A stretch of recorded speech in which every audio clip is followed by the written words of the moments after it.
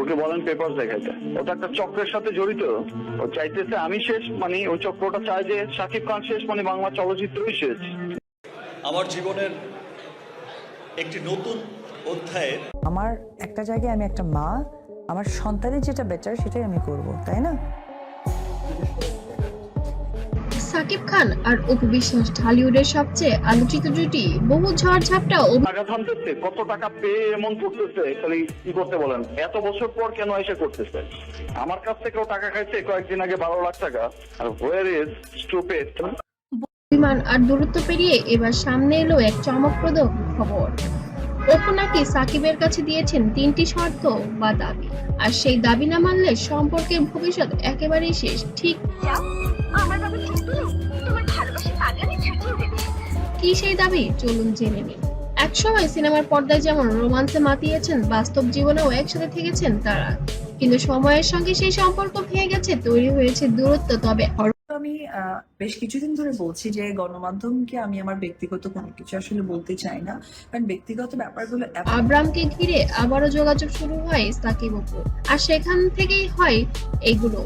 অপু দেয় 3টি দাবি। প্রথম দাবি ছিল আব্রামের ভবিষ্যৎ নিয়ে পূর্ণ দায়িত্ব নিতে হবে সাকিবকে, শুধু অর্থনৈতিক দায়িত্ব নয়। একজন আপনারা জানেন আসলে বাইরে যাওয়ার কথা ছিল, কিন্তু সে তো এখন অনেকটা বড়।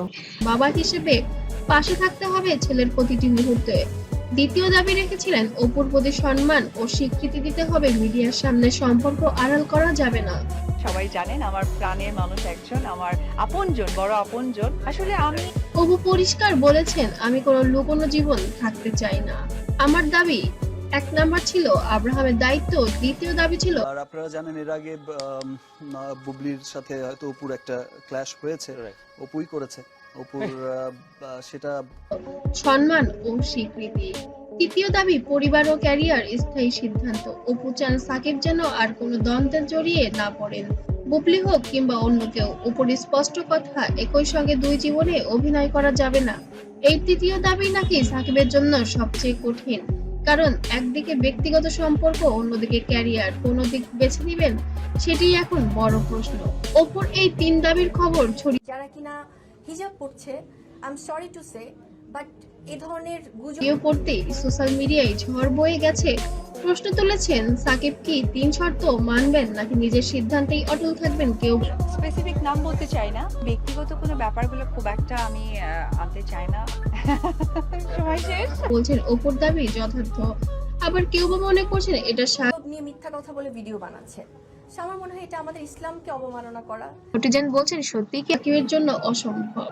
শেষ পর্যন্ত দেখার বিষয় হলো সাকিব কি অপুর 3 দাবি মেনে নিয়ে নতুন করে সংসার শুরু করবেন, নাকি এই সম্পর্ক এখানেই শেষ। সময় তার উত্তর দেবে। আপনার কি মনে করেন অপুর এই শর্তগুলো কি সঠিক? কমেন্টে জানাতে মোটেও ভুলবেন না। আর এমন ভাইরাল আপডেট পেতে অবশ্যই আমার চ্যানেলটিকে সাবস্ক্রাইব করবেন।